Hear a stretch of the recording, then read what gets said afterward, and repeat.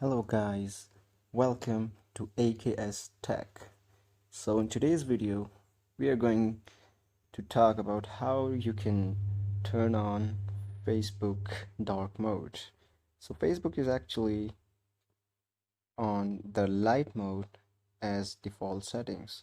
Now to turn the dark mode on, firstly, open Facebook app.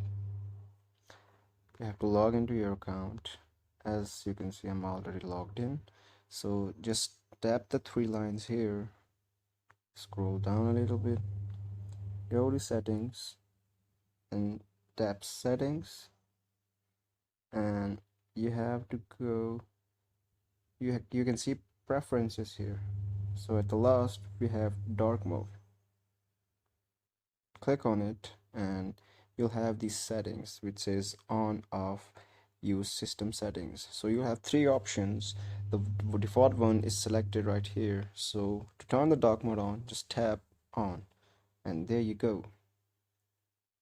Facebook is now turned dark. Thank you guys for watching. Subscribe for more videos. See you guys in the next one.